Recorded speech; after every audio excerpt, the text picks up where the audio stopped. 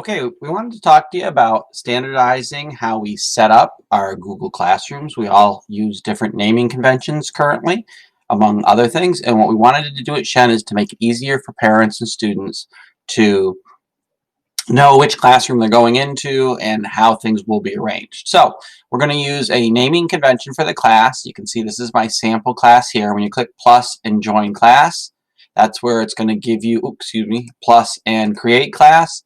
That's where it's going to give you the screen where you can create a class name. Don't worry too much about section, subject, and room. We're going to put most of that information in the class name. Okay, so for our class name, you can see in this one we've got P1 WCWL 2021. So what we'd like you to do is start off every class with the period. So this would be period 1. Then an abbreviation for the course name, World Lit. There's only so many letters that fit on the dashboard tiles here. So you want to keep your name within that range. And so we want you to abbreviate your class name. Check with your academic administrator if you're unsure how to abbreviate your course name. And then we want the year, 2021. This makes it much easier when you're archiving your classes or when you're going back to reuse a post from a previous year to locate which class is which. So period, course name, year. That's how we'd like it laid out for you with this type of abbreviation. All right. And then we get into the general settings. And these are going to be important for that template look we want all of our classes to have. First up is your class code.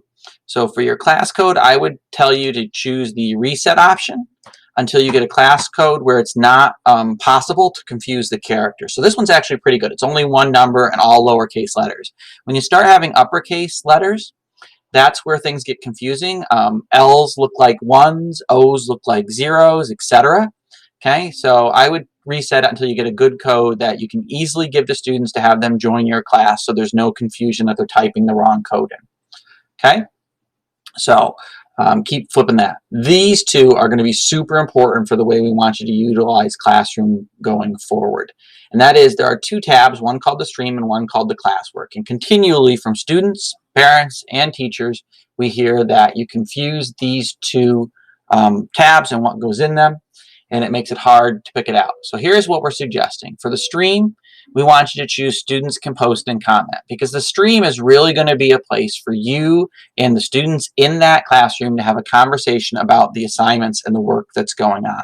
It's essentially going to be a discussion forum for what's going on in that classroom. They should not see work in here that's posted for them to do. They should only see those conversations that they're having. Now, the stream is the default landing page, which is unfortunate. It'd be better if it was the classwork page. On the classwork page on the stream, we'd like you to choose hide notifications. What this will do is it will not show whenever you post new materials in the classwork tab on the stream, and that'll reserve the stream for that conversation view. Then the classwork becomes the place where students will always go to look for new work. Okay, we are going to give you a tip on assigning work and how to make it show up on the calendar in a way that shows students easily what they have coming up. Okay, so that shouldn't be an issue, but classwork is where all of those assignments are going to be assigned with a due date. Show deleted items is your protection in case students put something in the stream and then other students comment on it and they delete it before you get to see it. That's inappropriate. You see everything that's ever written to the stream by unchecking or turning on this box to show deleted items. That gives you the security of being able to take screenshots in case you need to put in a referral for a student who's being inappropriate. And everything that they put in the stream is tagged with their user ID. Next up, Guardian Summaries. This is our parent communication tool. We want you to turn it on and we'll show you how to enter the parents' emails later so that they get that option of getting a daily or weekly email. So the daily or weekly email looks like this. This is the weekly summary for a student. It shows whatever work is missing and was not turned in for that previous week, and that means you need a due date in order for that to happen. And it'll do it across subjects. So every subject in Classroom that the teachers turned on that Guardian feature will be included in this summary. You see upcoming work, so if you post assignments ahead of time with a due date for the following week, parents will see that that work is coming up. And then you will also see a description of work that was done in that classroom. It includes assignments, it includes poll questions, and it includes announcements. It'll all show up by subject with the teacher's name underneath it, the description you type in the assignment, is really important because that's what the parents see. They don't actually get to go into Classroom and click on anything. They only get this email summary. Okay, we'll show you how to invite them to get this email summary in a little bit.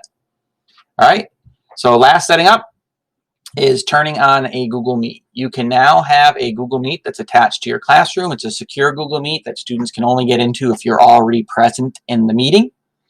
Okay, you can click this visible to students link here and it will put a connection on the top of your stream page for students to be able to click on to join that meet. It's the same connection you'll use. The only difficulty with this is a lot of our teachers do their Google Meets across multiple sections while we're doing remote teaching. So if you're one of those, you'll still have to use that nickname feature to set up the Google Meet and give the students the nickname, not have them use this one that's at the top of the class, which means you would just uncheck that and they won't see the link for it. Okay, so you can uncheck and check that. Here's where you set up your grade book in Google Classroom. Know that grades right now have to be transferred manually to SIS. So how you use this is up to you, but you have the choice between total points, weighted categories. You can add the categories you want to weight here, and you can decide whether it shows the students an average of what's been done in Google Classroom by turning this on or off here. Make sure you do save your settings before you leave this screen. So real quick again, the short TLDR, students can post and comment in the stream, and classwork does not show up in the stream because you choose hide notifications, and you've turned on the Guardian feature because we do want parents to see what's going on in Classroom. So we're going to click Save, and it's going to take us back here to our classroom. Okay. When you assign assignments in Classroom, like this one here, we do want you to put a due date on them, and we'll show you why in just a second. I'm going to switch to a different class. I'm going to switch to Vanessa and Mine's, Vanessa and I's. I'm sure an English teacher will write me a comment.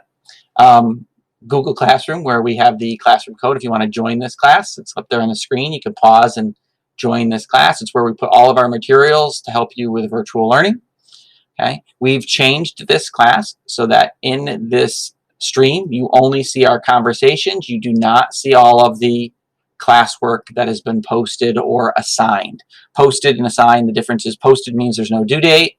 Assigned means it's due on a certain day. We suggest that if you're giving students work to complete, that you use the assign, not the post feature, because the assign feature will put a due date that's very important. We'll show you in a second. Okay, so these are all the things we've added to the class, but notice they don't show up here on the stream because we want the stream to just be a conversation. So here's my comment saying we're going to use this stream for conversation. And you can see that Vanessa and Kelsey have responded. Kelsey is an elementary teacher, and she says, I've done this with my classroom as well. That way the kids know to go to classwork to find assignments always. Okay, so you don't have to worry about them picking it out or missing it here. It's always going to be over here in the classwork pane. Okay, in the classwork pane, you'll notice we've created topics to organize our work.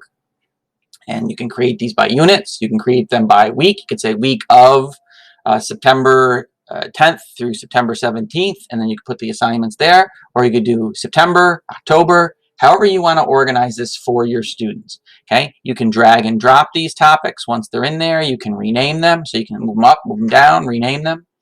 Okay, I like to use this top part, which is unclassified, non-topic assignments, as my work currently due, and then once it's completed and it's past the due date, I simply click on the dots, click on the edit, and then put it in one of my existing topics to move it down. So that way it becomes a organized piece of material rather than something that is upcoming. So my students would always look up here to see what assignments are coming up for this week and next week. That's where they would be. Okay, the other place students should go to find this, and it only works if you put a due date, is the calendar here. This calendar crosses all of the students' subjects. So math, science, social studies will all appear on this calendar. And when you give an assignment a due date, it'll appear on that date in the calendar. Okay, so you can see that there are 2 assignments due this Friday. And what we're asking you to do is when you give an assignment with a due date, that you put the name or subject of the class right here, and then the name of the assignment following it. That's because if your colors for your classroom are the same as another teacher's, it'll help them differentiate which assignment is for which class. So this one is for my LT coach class. This is for my demo class. Okay. You can change the color of your class when you are on the stream page. You can select a theme here, and it will allow you to choose from any of these different themes which carry a predominant color with them. Okay. Or you can upload your own photo. If you do that, Google picks the color based on the tonality of the photo. So for instance, I created an animated GIF for the top of our virtual learning tools class, and Google decided that this was a very dark graphic, and so it chose black as the color for this classroom. Okay, it helps students when they come over here to calendar if the classes are different colors, but barring that, if you name every assignment with the subject, they'll be able to differentiate over here which assignments are due for which subject. Clicking on one of the assignments in their calendar takes them directly to the assignment where they can get their instructions and turn in their work. Okay, so that's the way we want to shift how we use Classroom, so that students are easily able to find assignments that are due using the calendar feature, or that they're at the top of your topics list, and that things are organized with due dates so that it helps students stay on task. All right, any questions, just shoot us an email. Okay, we wanted to talk to you about standardizing how we set up our Google Classrooms. We all use different naming conventions currently, among other things, and what we wanted to do at Shen is to make it easier for parents and students to know which classroom they're going into and how things will be arranged. So we're going to use a naming convention for the class. You can see this is my sample class here. When you click plus and join class, that's where it's going to give you, plus and create class. That's where it's going to give you the screen where you can create a class name. Don't worry too much about section, subject, and room. We're going to put most of that information in the class name. Okay, so for our class name, you can see in this one we've got P1 WCWL 2021. So what we'd like you to do is start off every class with the period. So this would be period 1. Then an abbreviation for the course name, World Lit. There's only so many letters that fit on the dashboard tiles here. So you want to keep your name within that range. And so we want you to abbreviate your class name. Check with your academic administrator if you're unsure how to abbreviate your course name. And then we want the year, 2021. This makes it much easier when you're archiving your classes or when you're going back to reuse a post from a previous year to locate which class is which. So period, course name, year. That's how we'd like it laid out for you with this type of abbreviation. All right.